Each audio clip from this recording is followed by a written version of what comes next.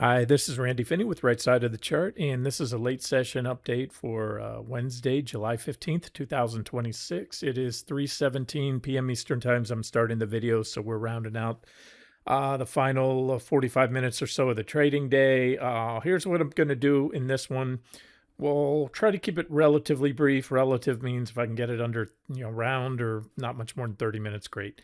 Because I want to do an eclectic mix, just kind of talk about market conditions, some of the things I'm watching right now, where the opportunities might be. And I'm also going to just do as I like to do, just updates on subscriber questions or comments have been light, and that's normal. We're in the summer doldrums. A lot of people on vacation, not doing much. And let's not forget what I've been saying lately, that the markets are the indexes are in a trading range. It's been almost vicious sector rotation. Today's a great example. I haven't seen this in a while. You have most of the Mag 8s rocking up pretty strong, and the semis are down. You don't see that very often. So it's day to day individual stock or sector rotation. But at the end of the day, the broad markets, the major indexes have gone nowhere now for over 2 months. They've been in a trading range. So, as I like to say, I have my own little yogisms I've come up with over the years in trading. And one of those is in saying, the saying goes, in life, patience is a virtue. And I say in trading or investing, patience is an absolute must. So, enter a trade, set your stops and your price targets, use OCO orders. One cancels the other, set them good to cancel. And unless something convinces you to change your trading plan, stick with it. And some trades, there's times that we have alerts going off like popcorn, entering a lot of new trades. Um, we've actually had quite a few profit targets being hit. So this volatility and sector rotation, if you look back over the last few weeks, we've had a ton of trade ideas hit their price targets. Very few, if any, stopped out. And so use the volatility to take advantage to harvest some of those gains. And all right, let me dive into the market. But again, until the indexes pick a definitive direction out of these trading ranges, expect more of the same. That's just what it is. A lot of folks on vacation, and the market itself is going nowhere. So that's leading certain stocks and sectors to go up one day, down the next. All right, we're going to start out with a quick recap. Again, comments have been light. I'll zoom in here so you can see. This is yesterday's post. I answered one of them today. Somebody asked me to look at Oracle, and I had just done so earlier that day. So I gave a link over to it. This was from Be Right, and we had another member ask about Oracle. And so if you click that link, it'll take you to my reply in my chart there, showing Oracle coming down to support a buy zone. And I also shared some thoughts in there as well, a little bit of my concerns. Remember that we gamed Oracle. We were long on that last big rip here. Where was it? Let me go back to my comment there. That was Oracle. We had an 82% bounce off the February 10th and April 10th divergent low. And so that, by most metrics, that appears to be a bear market rally. And again, if you click this link, it takes you back to those posts. So April 10th, where was it? Oracle on one of these here. And yeah, so that was it. It bottomed on April 10th, but it effectively double bottomed. And so I highlighted that as having the bullish divergence as that support, looking for a bear market rally in the stock. And again, you can see in the chart here, or the post, early February, put in a low, and I highlighted it then and again on the 13th, and that was right here. So this was the February low. It was a divergent low at that time. We did get a pop, and then about an equal low, still divergent, and that's about a big old 82% rally. We're back below the 200. So again, yes, it is support, and I give you a buy zone if you're interested. But again, at this point in time, I'm a little skeptical, but I want to pass along for those interested in the stock. You probably want to replicate this downtrend line and recognize that would be, a scaling zone means you can take a starter here down to, but not below. That's a long-term uptrend line right here. It comes all the way back off. You got to go this far to see it. the 2020, the COVID lows. So it's a key uptrend line, and it's a little bit below. And so again, it's kind of a what I call a soft entry if you are bullish on it. Like I said, for the reasons I stated, for the time being, I'll hold off, but I may add that as an official trade idea or take it personally. But right now, all you have is that support, very oversold, and at least another bear market rally or bounce. If we take out the trend line, maybe something more. So I'll keep an eye on it. I just wanted to share that. So especially with two comments or questions on it. All right, let's go back to the updates, the comments. Okay, so anyways, there was my thoughts on that. Oh, somebody asked about Micron, and yeah, I actually realized I went to reference the notes because I did a video yesterday on the semis, and I'm like, where's Micron? That's one of the bigger ones. There was a snafu in the video, so I'm going to go over some of those stocks, the big semis that I missed in that video. We won't do a full dive. I think it was about a half dozen, if that.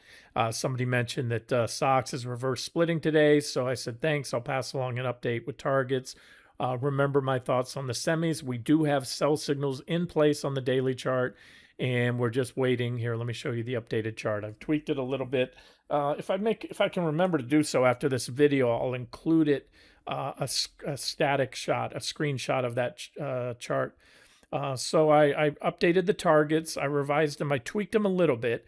Because remember, over time you're going to get decay on these, especially this guy, 3-time leverage. So we hit my first target here. We kept hitting it. That's when I give it to you somewhere off here off these divergent lows. And that coincides with the first target or key support level on the daily chart of SOXX, the non-leveraged semiconductor ETF. And so, as I said in yesterday's video, I'm not going to spend a lot of time here. We've been consolidating. It looks like a little basing pattern here. And so if we can punch through there with conviction, it's going to take us up here. I slightly tweaked T2 from a single level to more of a zone right here.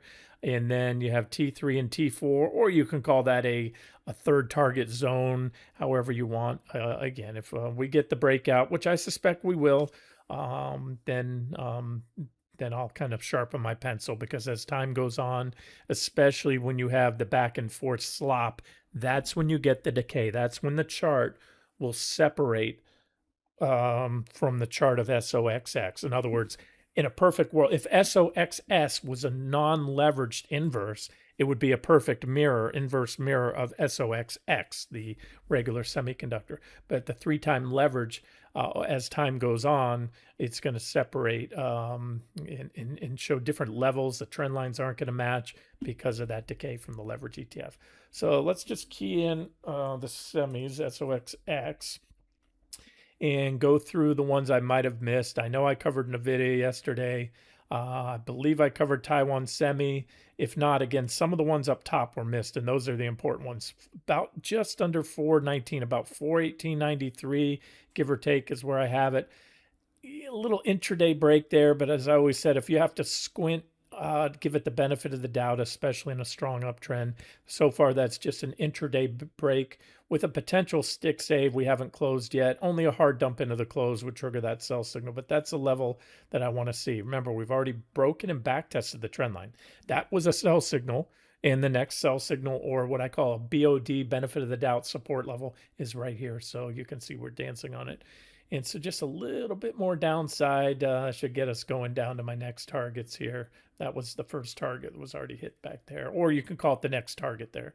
Again, some of these I may have covered yesterday. Broadcom just recently hit and bounced off the 200. So to get a real party started on the downside on the semis, you're going to see what Broadcom needs to take out that level along with that 359.50 support. There's Micron, and you can see Micron. I have support about 897.73. That's where we've been dancing on for about the last week or so there. In more of a support zone, I have some reaction highs here. That brings it over to 825.29. Let's just call it 825 to be safe. So if you see a solid break below 825, that should open the door to my next targets here, which are 649.16. And then, as in that video, I told you most of I have a lot of trend lines and or horizontal price levels that should come in around with the 200-day moving averages, which is still my intermediate, or let's just say what I like to call my minimum final current downside target, if you will. In other words, I have downside targets where you probably bounce. Get down there. I'll let you know if bigger things are going to happen. In other words, if I think those levels are going to be taken out, or if that's a good time to reverse long, and whether that means new highs in the semis or just a counter trend bounce. But again, looking 3 steps ahead right now. We're still needing a few more of these to go. But again, don't get me wrong. We're on a sell signal. Micron broke its bear. This was a bearish rising wedge with a divergent high. I'm just looking for the next sell signals. The semis are an active short trade on the site. We just need, like everything else, we're kind of range bound here, moving sideways in the intermediate term picture. You also have what looks a little bit like a head and shoulders pattern, if you will, with the right shoulder right here, a head right here, and then left shoulder. I meant to say head and a right shoulder. So a breakdown below there should bring it down. The measured target should take us around to my 649-ish target there. AMD, divergent high, breakdown back test, that put that on the sell signal, but it's the same story. They're catching support. They're moving sideways, just like the NASDAQ 100. No surprise, because they very heavily contribute to the performance of the NASDAQ 100. And so you need that 501 support to go. If that goes, then 465 roughly is my next support, and so forth and so on. There's ASML. And remind me, I'm going to get to earnings. We have some earnings coming up this week. There's both 17, 31, 48 and an uptrend line. This is your BOD support, benefit of the doubt, because it's real close. When that goes, some traders like to look at horizontal price levels. Some like to trade trend lines. Some like moving averages. Therefore, I like them all. And, if you break a support level, I call the next one. If there's 2 very good support levels in close proximity and you're looking for a short trade, give it the benefit of the doubt. It's not to say you can't take a starter position. Again, this one is already an objective short here on the breakdown, as well on the back test, and would be an objective short under 1731.48, as would it be below there. So that's kind of where full position, if you were going to trade ASML as an individual short. Of course, it's just as easy to use SOXS or XOXL. I've talked about the when to go from a SOXX short into an XOSL long. That's when you have a high degree of confidence. For me, that's when the vast majority of these stocks that I spent yesterday covering in the video, and these that I might have missed. And there's Intel. As predicted, this breakout would fail. Then you had the sell signal that furthered my convictions that the next move would be a ride down to the bottom of the trading range, which it was. And that is support. Was support, is support. I expected, a little bit of a reaction, and I still expect a downside break. However, as I like to say, again, one of my many yogiisms, support is support unless broken, right? So it was support here. It was support here, and it still is support. So you need to see that level go. It's a recent lows about 99.59, give or take, and that should open the door for a move back to this first target there, which is also the top of this gap, and then the 200 days. And that's, again, my current target, and or possibly an overshoot of the 200s. They'll flatten out. You have a primary uptrend line here as well as Intel. Let me make that nice and fat. And I'd encourage, again, some of you listen to me, you're saying, Randy, you're crazy. Leave the semis alone. They've got more business than they need. And you want to go long. Take my same levels, flip it around in reverse. You want to buy this support. If anything else, you shouldn't have been buying there, especially when you saw the breakout fail. You would have sidestepped a loss on your position or a give back of profits of 25%. But if you're bullish on Intel, you can buy here at support. If that breaks, you can buy here. That's support. It's the top of a gap. If that breaks, you can buy here. Again, these are levels that I'm looking to drop to and cover shorts, and I'm waiting patiently for this level to break. And again, collectively the others. It depends on which accounts. Sometimes, especially in the non-active trading accounts that I have that take a while to log into different brokers, I'll use the just the SOXX when the time is right, or just a raw short on XOXS. Double X, the regular semi. All right, I think that's it. I think the rest were covered in the video. There's applied materials. Let's move on to the next one. GDX, I won't spend a lot of time because I gave you an update, but it's still at support. I first highlighted it here when T2 was hit and gold hit its final target, T3. We got my initial bounce. I give you two targets. The former first target level, remember, support, once broken, then becomes resistance. We hit that, then we gapped up, we hit the downtrend line. So bigger picture is this, and it's also what I gave you on the 60-minute chart. We have a bullish falling wedge pattern. Yes, I have in the past highlighted, but when gold was, nobody wanted to short it, but me and a few others maybe. It was screaming. Gold, silver was going parabolic, and before the top, I showed you a chart that so it's once silver goes parabolic, there's a couple components besides the parabolic move. Then there's the breakdown, which we nailed, the entry point. You get initial crash, and I showed you history shows that crash ranges from 30+%. We got that.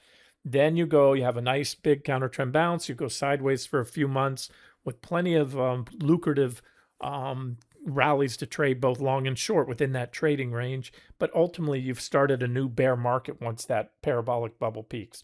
Now, again, I am not married to that scenario. I've pointed it out. That has been the pattern in recent years, but I've learned enough to know that history often repeats. It doesn't always, or it often rhymes. It doesn't always repeat. And we'll see. So again, I take, as I told you guys recently, I take a trade, and I look, where's it going to be today, tomorrow, next week, in a few months. If it's a swing trade, I'll let you know. Like on this one, as I showed you in the update today, I gave you a couple targets, 1, 2, 3. But keep in mind that if we take out this downtrend line, which is also a potential target, it's just a moving, it's a moving level. It depends on if and when we get there. If we do it like that, we hit T1 at the same time. If we blast it off pretty quickly, we can hit T2 in the trend line. But the bottom line is this trend line also forms the top of a bullish falling wedge pattern, complete with positive divergence, just like we had negative divergence up here at the highs and a little wedge pattern there that was broken. So if we break out, let's say we do something like this, we could come in and back test the trend line, and then we might have some more upside. Remember, it all depends on what the dollar does. So far, the dollar, we had some cooler than expected CPI numbers today, which has helped the, pulled the dollar back a little because remember, hotter the CPI, the less likely the Fed would be to cut at the next meeting or more likely to hold rates. The market wants low rates, so today's softer CPI expectations, and you can, or PPI, I'm sorry, PPI, Producer Price Index. Yesterday was CPI. There's an uptrend line right there. I highlighted this before. The negative divergence. Remember, we had this trading range here, this big old trading range. We broke out. We hit my first price target right here. It was a divergent high, so I told you I expected a pullback here, and that's what happened. So this should be a more of a net catalyst or tailwind for gold, and it hasn't, but that's fine. I've seen these temporary disconnects. Remember, so there's cross currents on gold and silver. Remember, we put in on the bigger picture, we put in, they went parabolic. Even gold itself went parabolic, not just silver, with a buying climax, and it's moved down. But again, this was my third and final target zone. That was only a potential target, so I never made it official. And so I highlighted here when we hit the top of the zone, we got that initial bounce. That's when we get the first bounce in GDX. And here we are. So we're continuing to hold support. And so that's why I say, patience is a virtue in life. It's a necessity in trading. Nothing's changed. It's one of many positions. It's not a all in or a super aggressive position, but I still think gold offers an objective long entry. It's the trend line and price support with a stop somewhat below. If that breaks down, something else happens, I'll let you know. And then GDX, remember, is also a buy. More of a buy zone from this T2 support. I canceled T3 when gold hit its final target. I don't think at any point in history will you ever find me or have ever found me remaining short GDX when I think gold has stopped falling. GDX is always going to follow gold. So gold hit the final target when GDX hit T2, which made that then the final target. And so, GDX, if it has a little flush out thing, that's one thing we haven't had. Maybe you get a little capitulation sell off, but even as long as this divergence stays in place and you're in this support zone, I still think GDX is a buy. If gold does go much lower, maybe it's a brief washout move. Let me just speak to that if it happens, because this is what I like to do. That's what these videos are all about. I don't report the news. You can get the news for free. Follow any news feeder. If you want to pay for the journal, Barron's great. But there's a ton. News has become a commodity, especially with social media feeds dripping it out and everywhere, getting everyone's content, the same headlines. The news tells you what happened yesterday, or I like to, tell you what may happen and how to react in trading. That's why I call it right side of the chart. So if gold punches down through here, breaks down below that dual support of both price and uptrend line support, that in itself is bearish on face value. A breakdown of support is nothing but bearish. However, you may still have, and you probably will if it happens soon, you'll still have the positive divergence. And I suspect that it would be a false breakout, a washout move to shake out the last of the weak hands, and then shoot back up. So the way to trade it is, to be super aggressive just to go long on a breakdown. It's really contrarian to technical analysis or trading. You could do it if you highly suspect it'll happen, and you get a little bit better entry if it does. Buy it and then set a stop a little below where you buy. Otherwise, a safe play is just to wait for recovery. It's not much. You're not missing much more on an entry price. In other words, let me try to draw a candle. You get a big red candle down through here, but in the next day or two, you come back up and you recover that level, then that means this whole thing was a bear trap, aka whipsaw, false breakdown, and that's bullish. Okay, so then you can just wait for the recovery back if you get the breakdown. And then, of course, don't be married to it, because if it breaks that level, I don't have any support down to that T4. This was a thin zone. What does that mean? You turn on, you can't probably see my volume at price histogram bars. They're muted out. I have one that goes out to about right there. This one, oops, wrong. Grab the whole screen. This one comes out to right there, and then these are right here. That means this period was a quick move up. Very few people bought it. It's almost very similar to a gap. In a gap, there are no trades. In a thin zone, very few are traded. So those top of the thin zones, just like the top of a gap, tend to act as support. But once entered, they're usually backfilled. So that's why I'm saying don't get married to gold. Don't ever get married to any trade, no matter how good it looks, how strong your convictions are, how strong mine might be. A trade is a trade. Have a trading plan. And, if you get shaken out, happens to me all the time. You get shaken out and then you realize it was just a false breakdown or whipsaw, or your stop was a little too tight. You can always get back in if the charts still confirm it at the time. Okay, let's talk quickly about the market. I won't spend a lot of time. You've noticed that my market analysis is kind of pared back a little bit recently. Here's a daily chart. This is that 2-month sideways slog in the NASDAQ 100. We're trading right now where we were back here, and that was, let me put my crosshairs on that number, on that candle, May 14th. Today is July 15th. So there it is, officially 2 months and a day of exactly sideways trading, exactly where we were over 2 months ago. All right, and so let's not read too much into it. Again, like I like to say, there are opportunities elsewhere, and I'm working hard to find them for you. But as I've said recently, I'm not going to force trades. If I like something, I'll throw it out. I'll try to gauge my conviction on it. In other words, whether I really like it, kind of like it. In some cases, here's something you may like. I'm going to pass on it because my convictions aren't high. That really shouldn't mean much to you. You have to have your own convictions. You take your own trades. You don't share your profits with me. I don't share in your losses. You need to decide which trades you like, which ones you don't. Pass on the ones that don't mesh with your trading style, your outlook for that security, your risk tolerance, etc. But so that's the story of QQQ. And then today I noted kind of an unusual day. Big move, except for NVIDIA. Now, NVIDIA is a chip. When you look at all the big, the traditional big tech stocks, Apple, Alphabet, Microsoft, and Amazon, they have consistently they were the Mag 7, the Mag 8, FANG, all that stuff forever. They're the big techs, and they're up uniformly big. And this is, again, it's just odd sector and even micro sector rotation. Whereas you have all the semis down. Tesla's kind of a newer comer to the group. Meta's been one of the traditional ones. So they're all up about almost 3% today. But then when you look at your semis, Micron, AMD, ASML, Intel, that's Cisco's not a semi. Lam Research, ARM, they're down uniformly across the board. So again, that's you don't see that often. Just want to point that out. Oh, on a related note, my friends, you can always get this on resources right here. Go to the top menu of the site, click on resources, tools of the trade. One of my favorite sections. I reference this all the time. There's an earnings calendar and two economic calendars on there. The economic calendar, when you click on that, I used to have, and I kind of might put it back. This is kind of my favorite. I put the investing.com calendar up there because you can click on a report and kind of get a chart when you open this to get full details. That's why that's kind of cool to see. Where is it? There it is. So you can get a history of it and all that. That feature I like. You don't have that with the other calendar at the bottom of the page is the Econoday calendar, and that's pretty clean and it's got a nice easy format. So today, for example, you had PPI.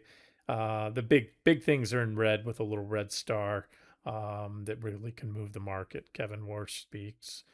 Tomorrow, jobless claims, retail sales, and then housing starts and permits and industrial production on Friday. And you can click these too.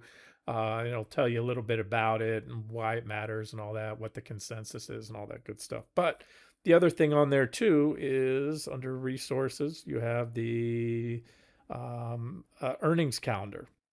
And it's time to start paying attention because we're starting to get back into earnings seasons. The banks always kick it off first. We've had quite a few report. We already had this morning's reports out. This is today after the close. If you click forward, as I'm doing here, you'll see tomorrow. There's a big one right there. The world's biggest chip equipment, biggest chip maker. Taiwan Semi. You have United Health. I'll talk a little on the healthcare stocks here in a second. Quite a few coming up tomorrow. Abbott. You have more banks. It's usually the big super national banks like Bank of America, JP Morgan, Citi. They report first. Then the regionals trickle in over the next week or so here. You got a lot of regionals coming up as well. But watch these, Taiwan Semi, any of these coming up here have the potential to set the tone for the market. Here comes Netflix. Coming up on what is that, Thursday after the close we're on right now, and that's usually it. Friday's usually it. You've got some regionals certainly worth watching, so we'll keep an eye on the regional bank sector ETF. There's a couple of them. I think IAT and KRE is the one I usually follow. I follow both. What am I saying? Okay, a couple other things stand out. I was a hair away just recently of giving you a short on Progressive. I gave that to you as a long. Here you go to the site and you go to trade ideas. That's a completed trade long. I decided, and I've been doing it because of the market in certain stocks, just not having a high degree of confidence, and I've gone to kind of a lock in some profit modes when I suspect we may have a give back, a nice pullback off a target. So we go to completed trade long, sorted by symbol, and go down here to Progressive. We hit the first price target for a modest profit. You see, I originally gave you 3 targets. It was a breakout here at long-term support and or a breakout above the bullish falling wedge. I give you a total 3 targets. Dotted lines are just solid lines are always my preferred in current scenario. Dotted dash lines that are colored down a bit, dimmed down a little. That's just an alternative. If and when we get there, I'll let you know. But as I showed you in the original setup, the 200 days would likely come into play as well. Nice bullish divergence. We broke out. We hit T1. We actually were above it when I got you the update. And then I decided again, just to harvest those profits. But I did not turn around and made clear not to short it. But then look, perfect tag, my third target. You didn't even intraday break, only to close back below it. Tried to get it again, and a nice smackdown. So if you happen to, which I might have even said in that post, I usually do say that if you want to hold out for those additional targets, I'll make a note. Just raise your stops. Where is it? Yeah, I said I'll be glad to provide any additional posts if you want to continue to remain in that one, and as I said, there it is. Consider booking profits or raising stops if you're holding out for either of those previous targets. So if you did, you made a quick, very quick 20%.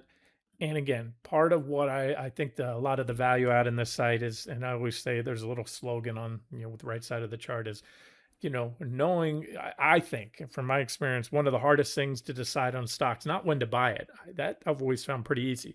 It's when to sell it and get out.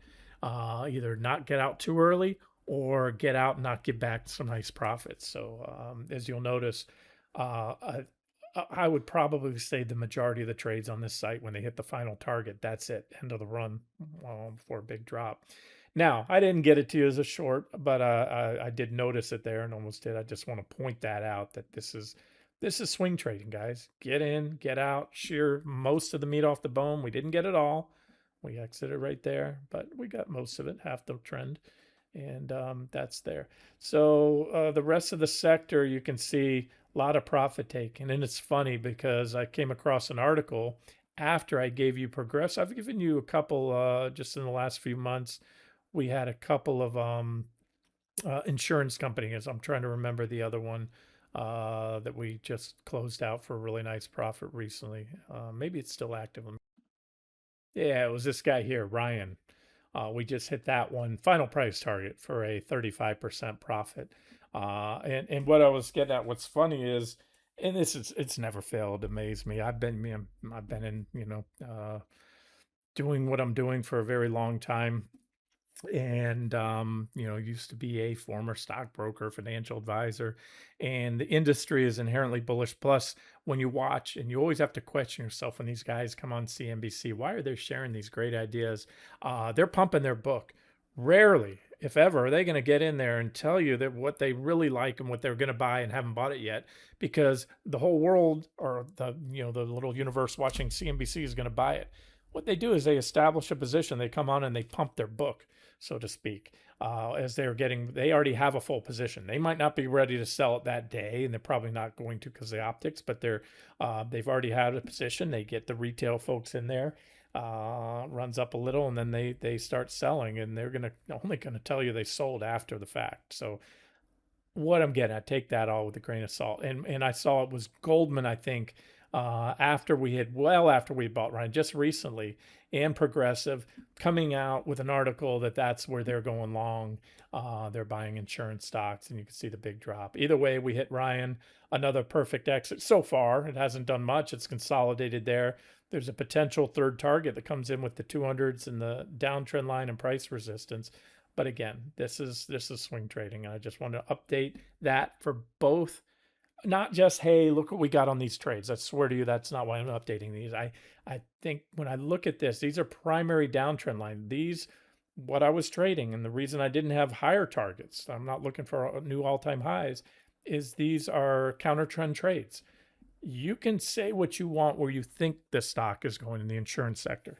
That's debatable. That is subjective. That's somebody's opinion. What is fact and cannot be debated is this stock, as many of these are in downtrends, and the downtrend is simply defined as a security making lower lows and lower highs. Now, it did take out that previous high, but it still has these highs up here. Now, if it takes, and it's below its 200s, so that's another measure right there. Is a stock above, and when it's above the 200s, you buy pullbacks to the 200s here. And when the 200s are lost as they were right there, you recognize that for what it is, and then you start shorting rallies back to the 200s. Okay, so my point is this right now, I'm viewing as a bear market rally, but I'm not short or long. I'm watching the sector. I'll let you know if I think that maybe there is, maybe this was a more lasting bottom, and then we might look to re-enter some of these on a pullback, including Progressive. Right now, I don't see a clear entry on Progressive or Ryan at this point. Okay, one more sector I want to highlight. Again, I often like to say, to figure out where you're going, you need to know where you've been, right? So we look at things in the healthcare sector. I think it's come full circle. To recap, if you're new to the site, whatever, I started getting bullish on the healthcare sector, did a video dedicated to it on April 30th. I've since put in a summary You can read it here. You can reference that video, but basically highlighting bullish developments in the healthcare sector, and listing XLV as one of my favorites in the of the 11 sectors in the S&P 500. Again, that was when did I just say that was? Date on that was April 30th. So here's XLV. Here is April 29th, the very day after it bottomed, and this is what I was highlighting in there, this bullish falling wedge. Sector had come to divergence, best looking sector at the time of the S&P 500, and it exploded from there, just like our insurance stocks went up 15%. And this is not, once again, this isn't a, hey, look, call that one. This is a, okay, that's what was set up, bullish. And now the same things in reverse. We had a bullish falling wedge, positive bullish divergence. It's a little different. We do have negative divergence. Remember, it's the same divergence that was in place here when the sector peaked. We had a divergent high one, equal high, kept the divergence extending, big correction. Again, this is swing trading, guys. Divergent low right here, rally, divergent high, correction, divergent low, rally, divergent high. So far, nice correction. So the only difference is we had a failed breakout.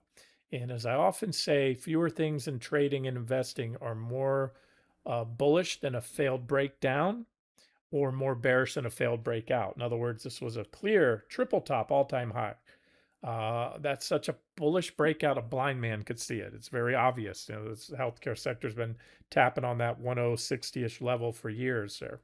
And broke out, left an island reversal top candle. That's a candlestick separated by gaps on both sides. This is a potential topping stick. So you have divergent high, an island topping candlestick, and now a clear failure back down below the 160-ish breakout level. So you still have an uptrend line here. We're probably going to come down to, you have some support here. I'm watching this. It's more of a selective thing. I don't care to broadly short the sector via XLV. I'm going to go through a few of the names in there. Let's see. I'll rifle through. The components are top weighted. The thing about the healthcare sector, and I've shared this with you guys in the past, and someone even brought up a few months back when I was talking about a sector, and they said, Randy, you say birds of a feather always flock together. No, birds of a feather typically flock together. There's some birds, you look up in the sky, you see a murder of crows. That's the term for a flock of crows. They're all flying around together. They hang around together. There's other birds. I don't see a flock of blue jays flying around often down here in Florida, or mockingbirds. So some kind of do their own thing, right? Same with individual sectors. Gold mining stocks, very much so. Semiconductors, very much so. They tend to move in high correlation. They're doing the same basic business model, and so their fortunes are kind of tied together. Healthcare stocks, especially XLV, which is the broad-based healthcare sector. You have little subsectors within there. You have generic drug makers, you have biotech companies, you have pure play pharmaceutical companies. And within there, they all have their own unique things. The big pharmas may have their biggest blockbuster drug, or even multiple drugs coming off patent. Patents are good, I think, 12, 13 years, something like that. And then a drug goes generic, and the generics can come in and copy it. And that's so if they don't have another, one or two big blockbusters coming through the pike, it's not good for them. But then meanwhile, some little small or even a bigger company could have a new blockbuster drug coming out. Biotech is even worse. You have big, broad, large biotech companies with multiple drugs in the pipeline, a lot of diversification if one gets shot down, doesn't get approved. But then you have these smaller biotechs that might have everything riding on one drug, and it's doing great, and the stock is rocketing because this thing is the next cure for this, certain type of cancer, right? And it has such promising results. But guess what happens? Phase 2 clinical trials, people start dropping dead. FDA yanks it. That's it. The stock will crater. So you have to be very selective in this sector. And so I'm going to rifle through some of the names. As usual, they're sorted by market cap. Lilly being the big dog in the sector at 1.1, the only trillion-dollar company, 1.1 trillion. And so I'll just, and you can see, I'll just rifle through some of them to kind of show you. And I haven't marked up the charts. I can do that now. Like in no surprise, usually you're going to see the biggest stock in the sector mirror the XLV, the ETF. I'm just going to put that up there. So you have a divergent high. I'll have to take my, sharpen my pencil and put some levels there. I can just tell you we're coming off a divergent high. I don't have a great trend line or support level to trigger a short, nor do I care to short Lilly right now, but I do think that's probably the end of the run. I do get more granular and I plan to. I'll go through the weekly charts, even maybe the monthly charts, look for trend lines and other support levels that don't show up on the daily. I just wanted to point that out. And so when I rifle through the sector, there's a common theme. This is Johnson & Johnson's second biggest one, clear negative divergence, recently put in a divergent high, just like it did here, but this is an extension of the same divergence. Remember, we went long and bullish the sector here. We gamed this bounce, or a good part of it. Now this one's pulling back to its previous breakout level after giving a sell signal on this trendline break. If it fails that, you have, I'm going to put a support level here. A break of this 220.44 would also be a break of the 200 days, very bearish. It's also a near-term pullback target. If you're longer term, the healthcare sector, I can't give individual investment advice, but generically, I can tell you what I'm going to would do or wouldn't do. I would wait optimally to get a pullback to this level. That I wouldn't buy it here yet, even though it's down off the highs about 8%. This would be a better buy point. And look, guys, you don't always get what you want, especially in the stock market. But if it gets there and everything else looks okay at the time, yeah, I'd be a buyer of J&J. All right. There's also, by the way, you can see a longer term trend line coming into play right here. So if that level breaks, this would be your next likely target and support, both the uptrend line and intersecting one about 200-ish support level. All right. Again, I just want to do a cursory overview of these guys, let you know that a lot of them are kind of flashing these divergences and overbought conditions. So healthcare, by the way, is about the 5th largest sector in the S&P 500. Doesn't have a huge impact, but it can and will move the needle at times. That one, again, this is back here is when we got bullish on. I'm just looking at these again. I didn't mark through all these charts. XLV, the list went away. I was clicking through. That's not it. XLV. All right. So you get the point. As I click through, here's Gilead, broke its 200 days. There's a couple. Where did I have them? There's a couple of, let me look at my notepad here. I've been working all week on trying to get you guys some trade ideas. You know what? I'll throw them out and then we'll wrap the video up. I'm only 42 minutes into it. Here's what I did yesterday. I started going through the components of the S&P 5. I'm sorry, wrong. NASDAQ 100. I sorted them by market cap. And I had 2 columns, long and short. It's a very cursory list, so I'm not throwing these out like, oh, these right now I'd buy long or I own these long. The ones that looked bullish to me, and by the way, I got through about the top, I don't know, maybe 30 or so. And I have a total of about 5 that looked bullish, more bullish than bearish, that I would consider as longs and may consider as longs. And I'm going to go over those first. But on the other column, I had at least 4 or 5 times that on stocks that are looking as short setups. Many of them haven't triggered. They're above trend. I'm going to rifle through these quickly. So here's T-Mobile. TMUS is the ticker. Breakout right there of the coming off a divergent low. Would have been, yeah, there's a little, I'm going to move this line there. There was some support back here, a previous all-time high, right? A previous high, a reaction high. And a breakout, maybe wants to run back to the 200s. Again, it's in a bear market, got rejected off the 200s there. Again, not one of my favorites. I'm not sharing this as an official trade idea, but I am always cognizant. There are some of you out there that only want longs or are looking for longs. ISRG, Intuitive Surgical, it's coming up on night. If it can get down here around 367 and keep these divergence. They will be intact if it gets there anytime soon. So this one's setting up as a potential long, maybe bounce it back to the 200s again, a bear market rally because it's a stock that topped here. Again, this isn't subjective. This isn't my opinion. That was an all-time high, slightly lower, or call it an equal high if you want. You had a trading range here, multi-month trading range we just broke below. So, if it hits this support, you're going to be oversold. You already are. You'll have positive divergence. You might get a bounce out of it. The other one, Adobe coming off a divergent low. Let me look at another chart. And yep, this one also on a weekly uptrend line. So Adobe, not looking bad. That line just snapped into place. There it is. So primary long-term uptrend line, this comes off the 2009 lows. This is your secular bull market uptrend line and price support. So yes, I like Adobe. One of my favorites that I'm covering right now. MDLZ, I think we slayed this one earlier this year. We sure did. We went long, I think off long-term support there. And we hit my first, second, third target, sheared just about all the meat off the bone before it had a huge give back in profits. Another, perfect, or not perfect, but a nice exit, I'd say. And it rallied back up. Back then, I didn't reverse it or short it when it hit T3 because we didn't have negative divergence, but we do now. However, this one's pulled back to support. It's a, defensive sector stock.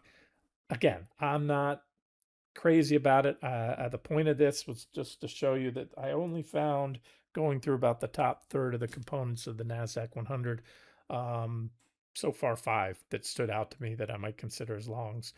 And what that does, that speaks to kind of the bigger picture, because birds of a feather flock together in the indexes. If an index goes down, even though Intuit has absolutely nothing to do with what Mondelez is a confectionery. They make candies and chocolates and all that kind of stuff. Intuit makes TurboTax and Quicken, software. They own MailChimp now. Not when that's when I give you an email every time I post. I have to pay MailChimp to send them out in bulk. Otherwise, they get grabbed in a spam filter if it comes out from a single website. So that makes sure everything gets to you instantly without going through a spam filter. And Intuit bought them a few years ago. So bottom line is big, strong positive divergence.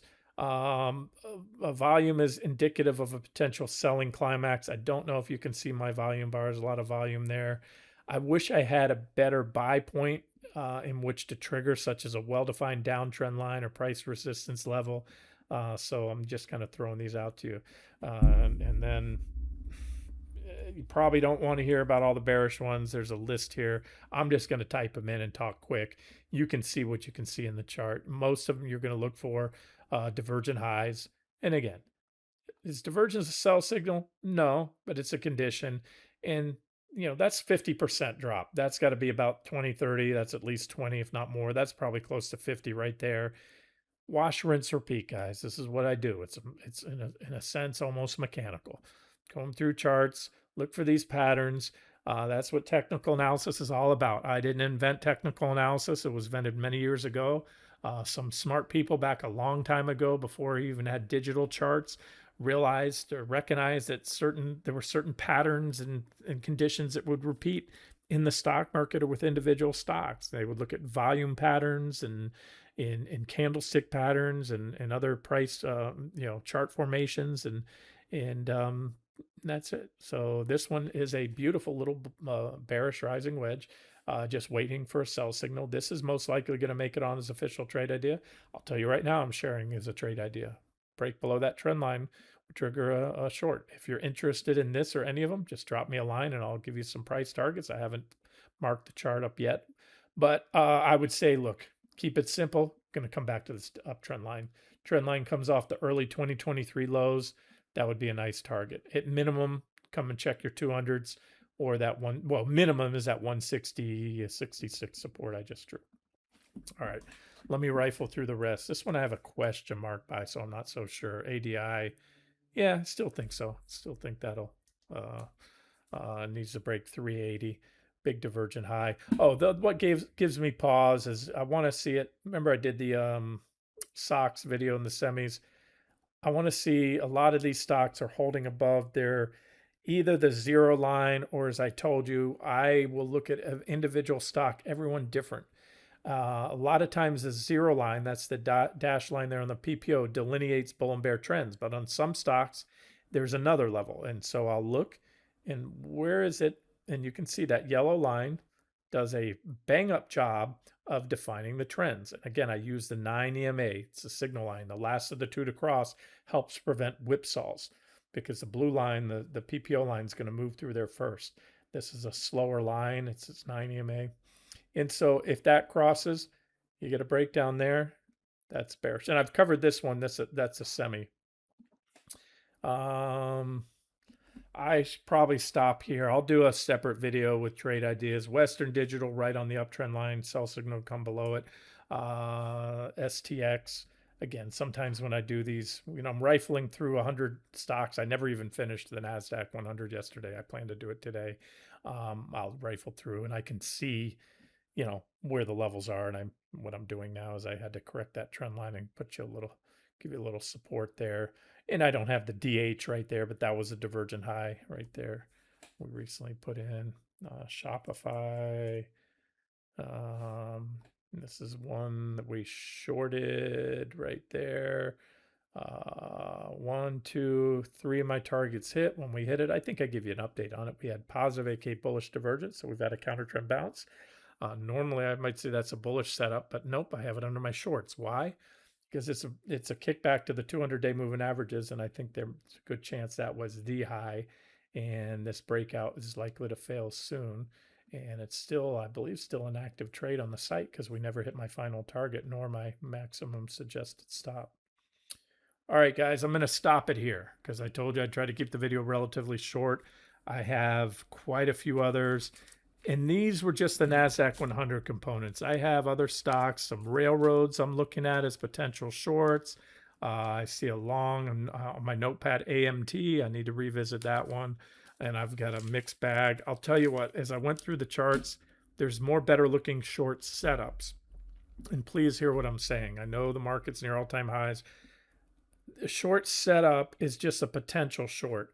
Like when you look at Shopify, what really needs to happen long term to have a much bigger drop, this is the primary bull market uptrend line. The stock came public right here in 2015, made a reaction low there, and has been walking up this beautiful uptrend line right here.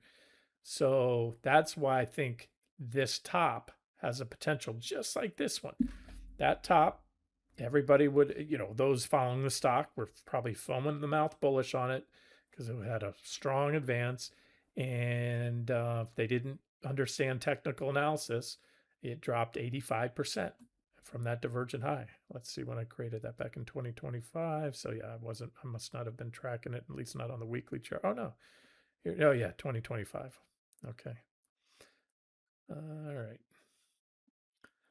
Okay, so my point being that if this trend line gets taken out, and we're dancing on the line right now, then you're looking at probably a much bigger drop in this one. So right now, like I said, sport is sport until it's broken. So I'm going to wrap the video up here. Again, I just have a cursory list I've been building of long and short trade ideas. I'm hunting hard, but I'm not forcing anything right now. So I will continue to cull that list down. And if I see anything that seems compelling, has an attractive risk reward ratio, I'll get it out to you guys. This has been Randy Finney with Right Side of the Chart. Have a great day.